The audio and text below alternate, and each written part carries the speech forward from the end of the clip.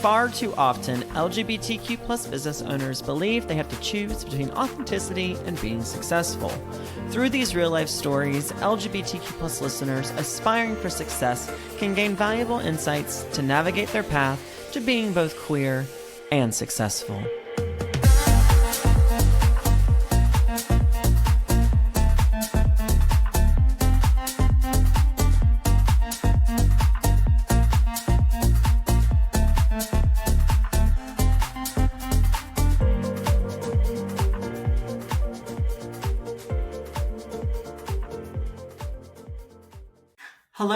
Hello, everyone. It is me, Hunter J. McNair, your hostess with the mostest, back again for this week's episode of Queer and Successful. Now, this week I am joined again by my good Judy, Cassie. Cassie was on the podcast, I don't want to say 2 years ago. And back then she had just really recently come out and was really starting the journey of coming out in her business. Now, fast forward to today, Cassie is still in the business of real estate, but she is more proud of who she is and living in a more authentic way. I was lucky enough last week to have seen her in Orlando teaching my new course, The Success Prism. And so you'll hear us talk a little bit about some of the things we learned in that class and how she is now implementing authenticity in her business and what that looks like for you. I hope you'll enjoy today's episode. Take a listen. I'm super excited this week to have my good Judy, my good pal, back on the podcast and on the call with me this week. Cassie, I never can pronounce your last name, Cassie. Can you just say Cassie it again? Lamoureux. Lamoureux. I'm like Lamoureux. Lamoureux, Cameroon. It means the lover. What does it mean? The lover. Oh, I didn't know that. That's like a fun fact.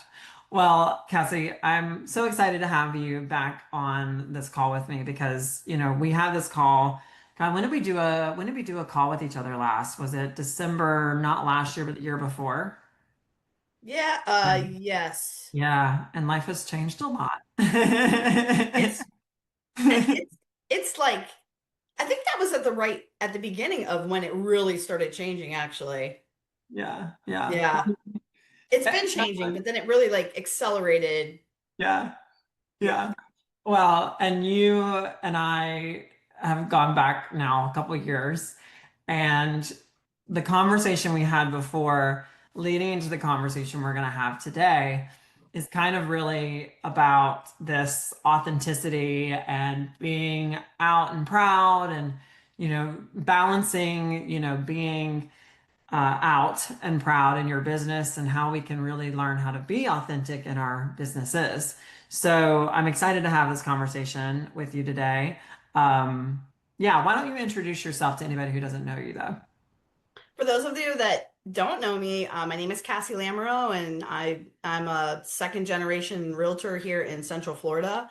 And currently I'm at my beach condo, so I kind of live between a couple different places over by the Space Coast where they launch all the rockets and then into Orlando. But yeah, I actually came out very, very late in my life, in my 40s, and I came out after I was already working and doing the role in my business. So I've kind of come out publicly, out to my family and my friends. I got divorced. I had a relationship. I didn't have that relationship. I mean, all that stuff, but all while staying in the same career, staying at the same office, staying in the same business.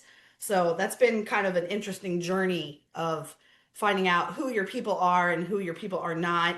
And kindness comes from some of the most unexpected places. So it's been exhaustingly interesting.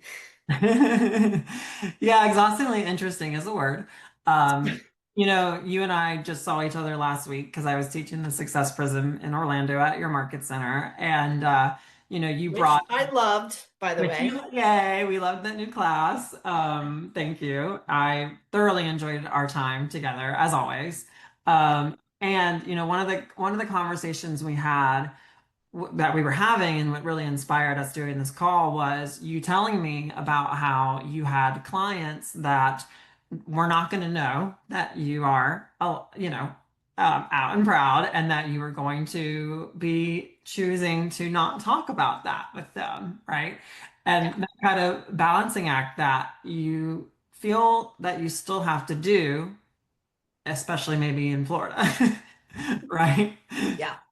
And so I think it's a fascinating conversation because, you and I both have very different experiences around this. As you already mentioned, you came out while your business was already up and running. Where when I started my business 10 years ago, I started my business as out and proud, right? So we kind of have these two different experiences with it. And I would say perspectives as well. Yeah.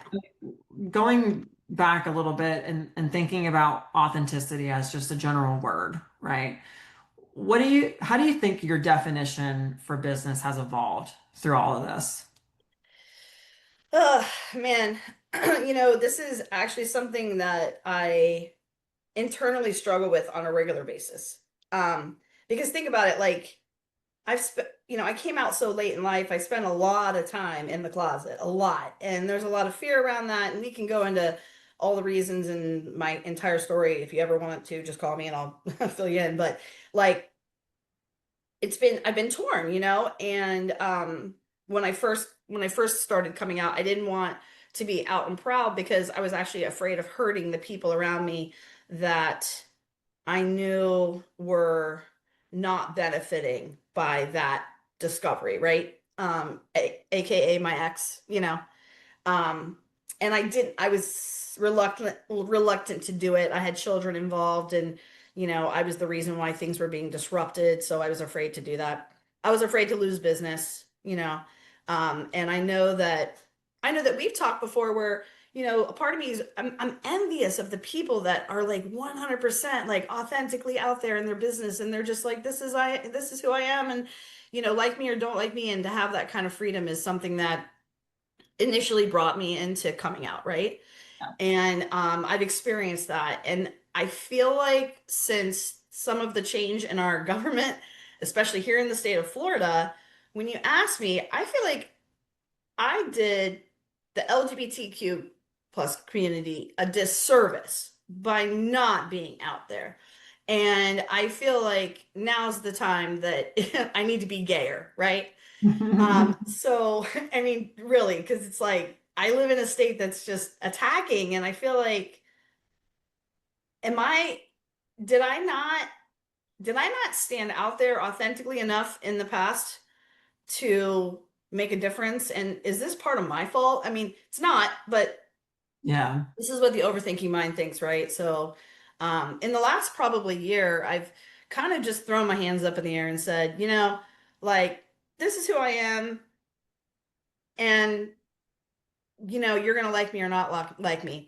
And what I've discovered is that I've had a lot more return clients. And my return clients, you realize, oh, they're in alignment. Like they already know I'm gay. Like I think I hide it well. And I'm like, oh, they already know. Like I You had don't. an open house with a seller that I've never like we've never just talked about it and I don't like we talked before too like for whatever reason when I'm in the work mode like today's my work mode I'm very much feminized but if you see me out in the wild as I call it like if you see me like in my own time or if you're in my stories Yeah. baseball hat the whole thing so my girlfriend had come to the help at the open house that day ex-girlfriend whatever but the husband says, "Oh, is this your friend?" And the wife says, "No, this is her partner. This is her girlfriend." And I sat there like, "Oh, like they know." Yeah. Yeah. And Yeah. they know and they knew me before Mhm. and they knew me in that role and then now they know me now and like it didn't affect them. Like they truly accepted me for that. So there's been a lot of like confirmation on, you know, how just being out there and authentic and being authentic 100%, you're gonna lose some things, but I think at the end of the day, you're gonna gain some more. So it's just a really slow journey that has fear behind it. Like, listen, when my girlfriend and I went Facebook official, I screenshot my friend list that day because I Mm, knew and I suspected because this is what happened when I came out the first time in a way that's kind of coming out again because I could have people that connected with me through business and that are on my Facebook maybe that didn't know that but I lost 11 friends that day right So Right. my friend list got cleaned up, and that's okay. Like I'm actually okay with that at this point. It's every day I'm just one step closer to just 100% out there, everything. Well, and I think it's 1% closer every day to surrounding yourself with the people that you should be surrounding yourself with, right? We ironically, right, we talked about some of these things in the class, in the Success Prism class, right? Like stop worrying about the people who are closing doors for you and start focusing on the people who are opening them, right? Why Mhm. are we sending so much of our effort on people that don't want to see us be happy as who we are, right? And I want to reiterate to you because we talked about this last week as well together, which is you're still a baby gay, in the grand scheme of things, right? Like you came out, what is it now, 6 years ago? Maybe. What's funny is I've always been like always interwoven like very Yeah. tightly, but it's hilarious that since I've come out, you're not the first person that has said that.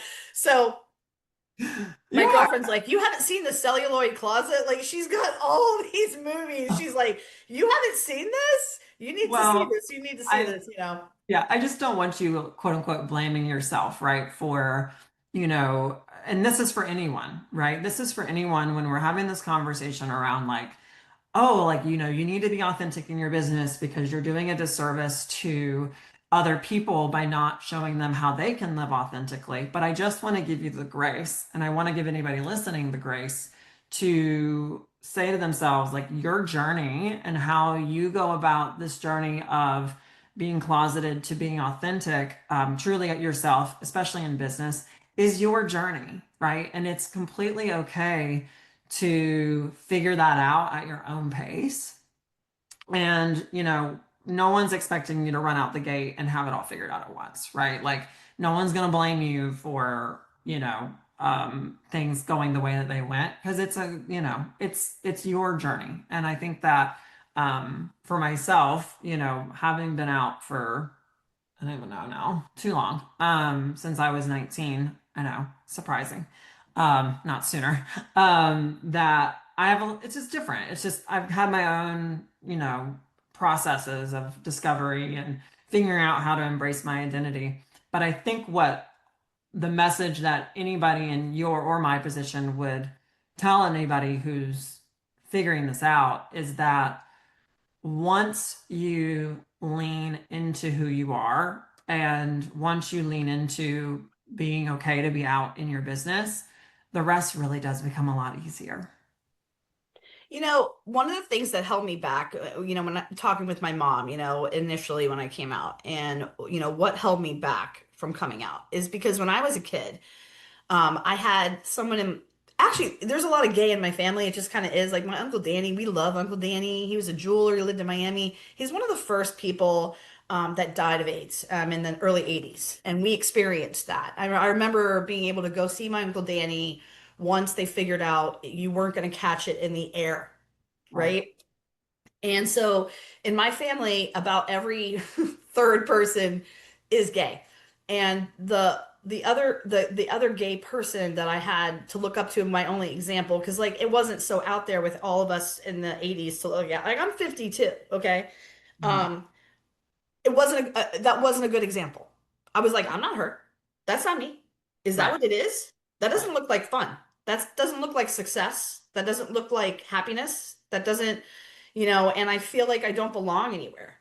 And I feel like in a way, me being out there and authentic and being someone who is considered to be successful, who is an upstanding citizen, who has all checks all the boxes on like just being a good person for the most part, right?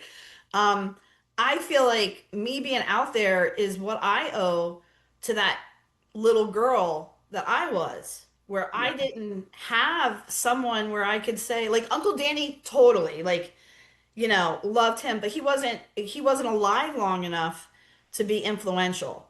And then, there was the other example that just wasn't a good example. And I want to be a good example. I would love, sometimes it's funny when I'm out in the wild, right? And Yeah. sometimes I'll get a look from like a 13 or 14-year-old where it's like you get, you see it in their eyes. It's a connection, right? And Mhm. I think that is probably the main driving force. And yeah, it's just a little bit every day. When we did this last interview, I was 65 pounds heavier, um, at least, and totally living a different lifestyle. And I felt lost. I felt like I didn't know where I belonged. I was kind of like, I don't have my posse. Um, I just kind of like in that not yet not yet here, but not yet, not that person either. That in between time that's very uncomfortable when you're growing, when you're not here and you're not here yet, but you're working on it. And so if I reflect back, um, I feel like I know where I belong. I definitely have more, I kind of have done a lot of study on, who I am. There's therapy involved, and just making healthy choices and being a good example. I think that's part of being, for me in my journey, being authentic. And if I lose business over it, I know I've lost business over it, but I also know I've gained business over it. And I'm a lot happier in my business. And I feel like I serve my clients better because I'm happy and I know that I'm working with people that accept me. Although I went on an appointment yesterday and I knew I was meeting with people that, That you didn't know, right? well, That you were going to be afraid of it. Um, yeah, there's that fear, man. It's still there. I don't know what to say. We're in a state where I don't mind working with people that we don't align politically. That doesn't bother me because that honestly doesn't have a place in business. right. It really doesn't. I treat everybody fairly. I don't care who you voted for. I really don't. If anything, if you're a Trumper and you're working with me and you don't know that I am, and I serve you well, and then you're conflicted and it makes you think, I didn't have a bad experience with that person. I'm okay with that, but there is that fear. Yeah. Well, And I I think what we're, know, yeah, and I think what we're getting at with that is that, and what I kind of just to summarize this conversation a little bit with this point is, you know, being the representation you want to see in the world, right, really does matter. And it's part of the reason that queer and successful is even a thing, right? Because I wanted yeah. there to be, there's so much negative connotation with the word queer, especially for the older generations, and less so for the younger generation, right? Like myself, because we all know it's an umbrella term. And the reason there was an association is because queer and was always followed with a negative next word, right? Queer and loud, queer and a drug addict, queer and whatever. And so changing the message to queer and successful is rewriting and taking, back the word for both the older generation and the younger generation who needs that representation visible from us. And that's why we like to have these conversations. That's why we like to show up, and as our team likes to show up authentic, because if we can do it, we're just leading by example for others to do it as well. Yeah. Now, as far as like working with people who don't align with us politically, I'll take their money. But Agree. but what I'll say is that, you know, fear is not knowing. This is something that we actually talk about in the Success Prism class, is that fear is not knowing. And oftentimes people who don't like our community, the reason they don't like us is because they fear us, and they fear us because they don't know us. Right. And so when we're being authentic in our business and showing up authentically in our lives, we're able to teach people and show people to not be afraid of us, right? It's similar to when the AIDS epidemic was happening, right? People were afraid of it getting caught in air. I was just Hmm. watching a video the other day about a little boy who actually who had AIDS back in that time because of a blood transfusion, and how the schools didn't want him in class because the students were afraid they were going to contract AIDS. And, I remember that. right. And so, you know, what that little boy did was he starting being the representation, right? He went out and he was talking to kids and answering their questions and kind of being that bridge for the conversation. And I think that's what we need to remember that we also get to be, right? When you are a queer entrepreneur, when you are queer and successful, you have an opportunity to be a bridge for conversations between people who don't necessarily agree. And so showing people how successful queer people can be can completely rewrite the narrative that they've been given, which is something that is really powerful that we have. And I think we need to embrace more, right? I Um, think we love people that really hate us yeah, and we show them that we are we're good people, and we can get over that fear. I think we can get a long way with that. I mean, I lived on a school bus and followed the dead around for 2 years. What you realize during that time, because you're like homeless basically. yeah, You realize actually there are a lot of really good people in this world. They really, really are. You just have to get to know them. yeah, yeah. It's true. It's true. I think, I think that everyone's always right in their own perspective. Doesn't mean Yeah. their perspective's right, right? And their perspective's their reality. And so, that is a skill that even if it's not about a conversation between politics or, et cetera, if it's a conversation even with a client, right? We need to be able to identify what someone's perspective is in order to help them overcome it, right? Hmm. So if Hmm. I'm dealing with a client who wants to offer 10K less on a property that's in multiple offers, for example, right? Right. That their perspective is that 10K under is what it's worth, right? My opportunity is to figure out where I can actually change that perspective and win them the offer, right?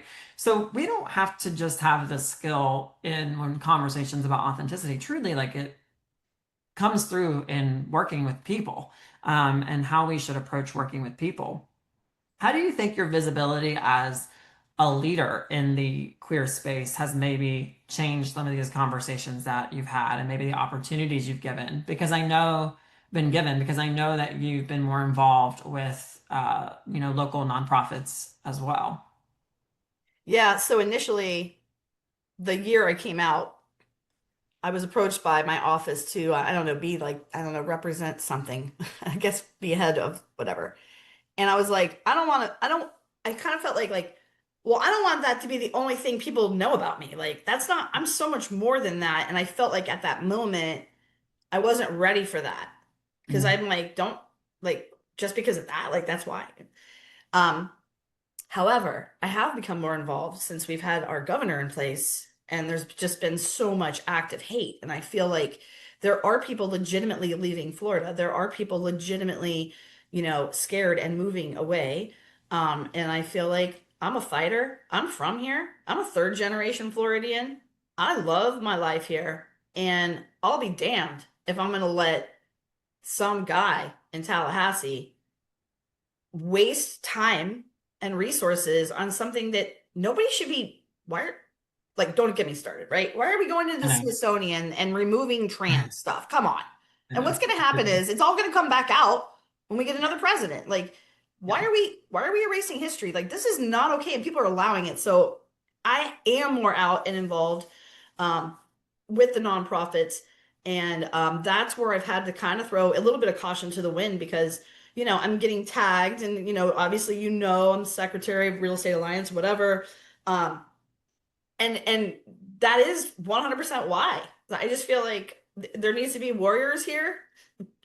And Mhm. so I'm here as a warrior. I'm not leaving the state. And I know that the way the voting happens here, that the majority of Floridians are not in favor, but that's just not how our votes work sometimes. And there's a whole other thing around that. But Mhm. I'm here to fight. So that is why I am more publicly out there. And if that means that you don't use me to sell your house, I'm a darn good realtor, man. I work my butt off for you, and I have a high rate of success. And Well, if you're yeah. not And going to use me because of that, like you're lost, you're right? lost. I mean, and I think that's so it's fascinating is I think our perspectives are sometimes a little different than other states that are more blue or more left leaning or more open and accepting because we do have the constant fear. Like, I mean, I still live in what's considered a red state. Like North Carolina is, I like to call it purple, but North Carolina is still considered a red state. And Mm. so, we always have a blue governor, but, not anything else for some reason. That's a whole nother story. But, I know I've lost business, and I can just assume that I've lost business. But I would say the amount of times I would assume I've lost business for being out and putting ourselves out there is probably like less than this, like less than a hand, where the amount of business that I've had from running an out and proud real estate team, I couldn't even count if I wanted to, if I really wanted to. Actually, I probably could because I track our numbers, but I probably really couldn't count, right now in any logical way and be like, oh yeah, probably like 10. No idea, right? It's astronomically high because we built a foundation around that. And this is a conversation I think I have with people about like niche marketing or specialty marketing Mm. on, when you're getting into business, you have to make a decision. Are you going to be a jack of all trades or are you going to specialize in something? And who's going to be your demographic and who are you targeting? Like, what are your pillars? Like, who is your audience? And are you falling on the sword of what that looks like? You'll see that my content is very gay, right? Because I'm trying to attract it to LGBTQ plus people. And Yeah. again, it's just focusing on the people who want to open the doors for us versus close them. Um, Leadership, Happiness is important too. If I yeah. have a bunch of business, but I'm terribly unhappy, which is, if looking back to like 2017, 2016, 2018, I was probably my most unhappiest and I was doing the most business ever. Well, And, like yeah. I think I'm I so think happy now. yeah, that you're actually leaning into it more. Yeah. Yeah. Well, it's draining, right? It's Yeah. completely draining to have to put on a facade, right? Protecting your energy, right, is so important. And, you know, yeah, it's so far removed from me, which is why I'm glad we're having this kind of conversation because I think because I sound like a woman on the phone, Cassie. I genuinely like think that's why like I was like I can't not come out because you're new to an industry, you have to cold call. I was getting misgendered on the phone all the time and it was so uncomfortable for me that there was like a pain versus pleasure moment, right? So for me, I Yeah. was kind of like I'd rather come out than and kind of lead with that and build a business around being out and proud than otherwise because it's going to make me unhappy every day. um Over time, do you think it's gotten better? Like, would you as a whole, do you think it's gotten easier? Are you talking about like globally or like No, no, personally? no, I know it's not gotten easier globally. I mean, for you, like coming out like in your business, like introducing yourself or talking about your partner, like for people who are like, oh my goodness, I don't even know where I would start. How would you explain how it's gotten easier over time? It's a little has it gotten easier? Or is it still Man, difficult? Is it still difficult right now? Be honest. kinda, because I built my business mainly on a lot of 55 and up. So I Mm. deal with a lot of older generational stuff. Um, and for that reason, I want to be as neutral as possible, right? When I meet with a client.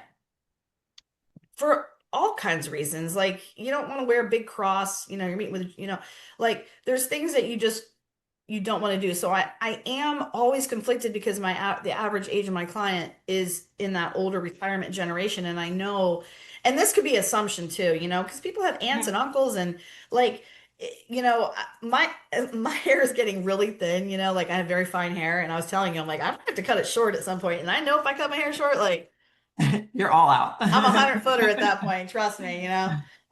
Me and my girlfriend had this whole debate with our parents. I was like, "Who's more feminine, her or me?" And my mom was like, "Her," and her mom was like, "Her."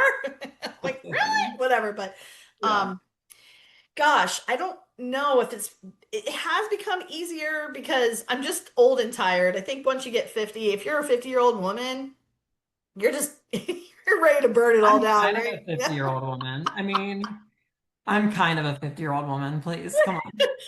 Give But me you know what? something. I tell you what, I absolutely love, wholeheartedly love, and am rooting for all the younger generations that feel more comfortable to come out younger, like in high school, and they're open in high school. Like that was very rare in Mhm. our world, right? So I admire that. But I I can tell you this, I do a vendor fair at the gym once a week, once a month, and when I go, I don't I'm fully authentically myself. So that's the first time I've put myself out publicly actually to the public, the people that don't know me, where I'm completely like I'm not taking out the nose ring. If it's a hot day, I'm not covering up the tattoos, Mhm. and I'm just being myself. And what I'm discovering through that activity, and that literally I've only done this like 4 months, like this is new, is that it makes me feel better because I don't have to pretend to be somebody else, and I'm just hanging out being myself, and I'm getting some positive feedback that way. So I think that was my own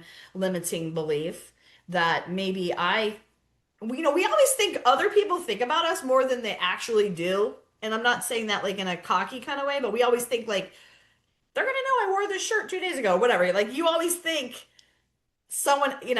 So this We got is main a limiting characters. belief that I need to, that I'm working through basically. Yeah, I mean, I think that it sounds like you would agree that it needs to be, or it is kind of more, it's not that it gets easier, it's that as time goes on, you slowly implement a new thing and a new thing and a new thing and a new thing, especially when you're in a position like you were where you had already created a business where your network was not built around that, right? At all. And so you're kind of having to go back and reset a little bit. Yeah, And it's kind of you're, like building a new farm area. Like oh, for sure. I Yeah. think I reflect back and think if I were to get in business today in the lifestyle that I'm in, and in everywhere else where I've completely improved in my life, I would have a different database. Mhm. And so I'm dealing with a database, and if we want to get it down to like meat and potatoes, I'm dealing with a database that met a different person. Right. Yeah. Because if you look at me, if you go back to pictures 2015 and you talk to that person and you talk to me, it is not even, I don't even go to bed at the same time. Like, there's Right. literally nothing about me that is, well, there is, but Yeah. Yeah. there's been Well, a lot of transformation. Yeah. yeah, I mean, and we all do change over time too, Yeah. you know. Yeah. And I think I think the biggest thing is just not getting in your head about it, you know, like just believing that people won't want to work with you. And we talked about this as well when I Mhm. was in Orlando last week, because I said, what did I say? I said that people want to work with not just the offer that you provide in real estate, they also want to know that they're working with you. And there's just something that's like, you're asking someone to trust you with the biggest, you're asking them to trust, they're asking you to trust them. You know what I mean? Yeah. You're asking for a high level of trust for something that's this big, monetary exchange, this big ordeal, this high consultative relationship. And yet, if you are not comfortable to trust them with who you are, why should they trust you the other way around? So for me, it's You yeah, had a really great reflecting question. I think this is what we also talked about too, where I didn't even fill it out, which was mm, where are you hiding in your business? right, Where are you hiding? Where are you in your business hiding where you can be more authentic and you're not? You're choosing not to in your business. mm, So, your class was very powerful and impactful. It really, really, truly was. I wouldn't just tell you that and volunteer that up. thank you. And that question has been still rattling along in my head. And what was interesting is I feel like, and I'm gonna get hippy dippy on you guys, but the universe always sends you messages and signs and all that fun stuff. Like Right. I was in yoga the other day and they said, "What's your intention today?" And my intention was clarity. I had never made clarity my intention. And my therapist the next day was like, "Now you have clarity." And I'm like, okay, serendipitous, right? Yeah. So I've been reflecting on this the whole weekend. And then I have this exchange with the neighbor upstairs who ends up working with me. And I'm like totally like in the wild and thinking to myself, this person met me in the wild and she's still trusting me with all the real estate stuff I'm sending her. And I feel like that was the universe saying to myself, you are hiding in your business. And why don't you just go ahead and just be you? And if people like it, great. If not, great. And I've already been in that direction and I've come a long way. If you go to my stories, it's real. I'm at the gym. I got my hair, but whatever. I didn't used to do anything that wasn't professionally polished.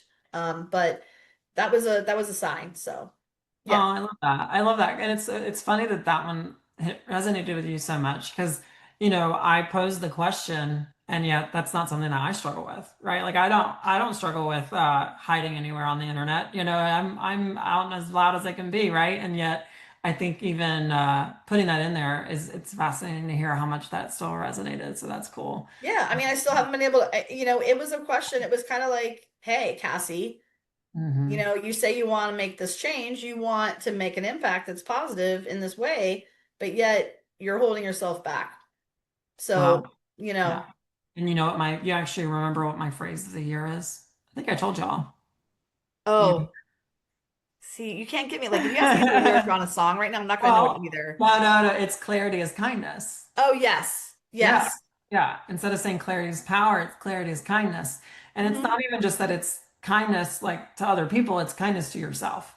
Yeah. Like you're being kind to yourself when you're calling out your emotions, your fears, your feelings, when you're getting clear on like where are you hiding, where are you not showing up, all of those things. And so I appreciate that feedback on that question a lot, Mhm. because I think it's a reminder that if we are hiding ourselves, who are we hiding ourselves from?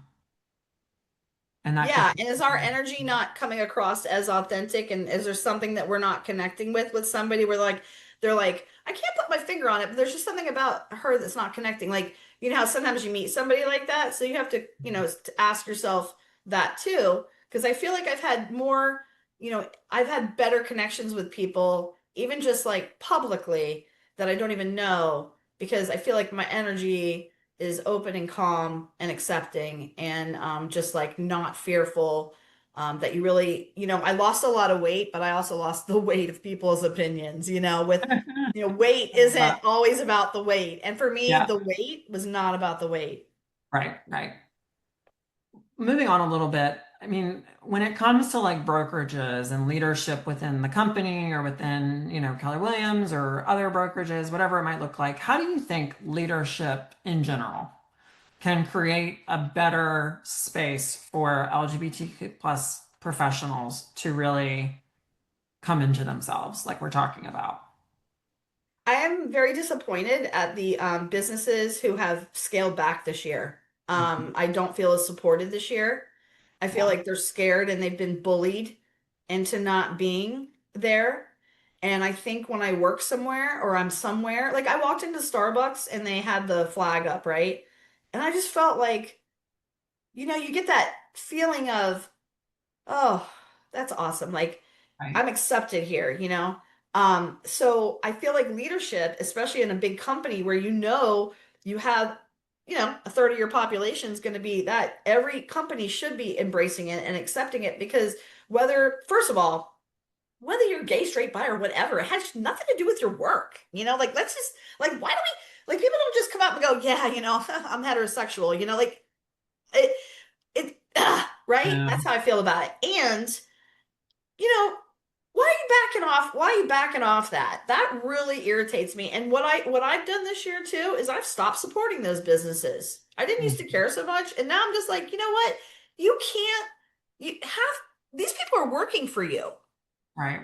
So I feel like it is your duty as a leader to not only, it's just like what Gary Keller said about being racist. You can't just be you can't be non-racist. You just got to be proactively non-racist. I think Yeah. every business leader, CEO, company, corporation, they need to be proactively allied with that community. Because when you come into we all want to feel love and acceptance. Everybody does.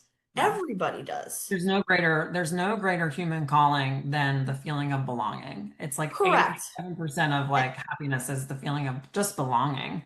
yeah, and Um, seeing yourself out there, being able to relate, know that you're not that you do belong, feeling that acceptance is an important human need, and leadership needs to step up. Everybody does. yeah, I've talked about we all know the term unconscious bias. right? Where it's, you unconsciously have a bias against people. I go further and also say that people have oftentimes an unconscious apathy. And I think that like they'll just unconsciously just not care. And I think that the problem with the conversations that have been had because of shifts in power, is it's given permission for people to be consciously apathetic, Hmm. right? Where they can consciously ignore putting up a rainbow flag this year, right? They can consciously ignore bringing someone who's queer into the space to give an opportunity because the focus has shifted away from that. And the conversation I have with a lot of leaders and a lot of other leaders within the company and a lot of other leaders in general is the best way you can be an ally and advocate is to like think about like, your first reaction to or your first thought of giving opportunity to someone and then think, okay, but who else can I give this opportunity to that is just deserving? Because your Yeah. mind will always unconsciously have a bias towards people who are like you. And so leaders need to consciously think about people unlike them, right? Yeah. To be unconsciously, um, not apathetic. That has a lot of double negatives. To be more consciously caring of people Yeah. unlike them. And I think that goes for race, color, religion, all the things, right? We Um, need our allies right now. yeah, definitely. We definitely The need our. gay men in the 80s needed the lesbians to partner with them and help them. And then our gay community, we need allyship more than ever. We need allies out there for us. That's who we really, really need. Yeah. Well, and it's not just allyship like from cis straight people. It's also allyship from people within their own community because right now, like cis, white gay guy should be supporting female women of color who are lesbians, right? I should be supporting trans people more. Like I have to be an ally to all aspects of our community and Hmm. also, you know, creating that space and leading by example of how to be authentic so that that kind of trickle down will happen where Yeah. someone else will feel authentic and feel comfortable being themselves and someone else will and someone else will until it just becomes what's normal, right? Yeah. And that's kind of what the goal is with this is to quote unquote normalize. I hate saying the word normal, but to quote unquote normalize what the experience is of being queer and successful, Yeah. of being who you are in an industry and in any industry. And the word queer for me, especially even in our context of this call and what we do, far exceeds, the conversation around being part of the LGBTQ plus community. For me, queer in this context is anybody who just doesn't fit in that box that we've been given, right? And so it doesn't matter, like if you're part of the LGBTQ plus community or not. You could just be someone who's a man who's straight, who's more effeminate, like there's so much stuff that gets ingrained in us to not live as we authentically are and to live someone else's story versus Hmm. our own. And ironically, that's kind of what the Success Prism's about, right? Is like, ironically, right? Is about like Yeah. figuring out what your story is, figuring out like how you get to create that on your terms, which is what's been really exciting about it, but also the message that I think we want to keep and continue pushing. Yeah. What are some ways that you would say you stay grounded when the kind of pressure to perform or polish shows up in branding? Like what do you tell yourself when you have those kind of like limiting beliefs about doing the out and proud thing?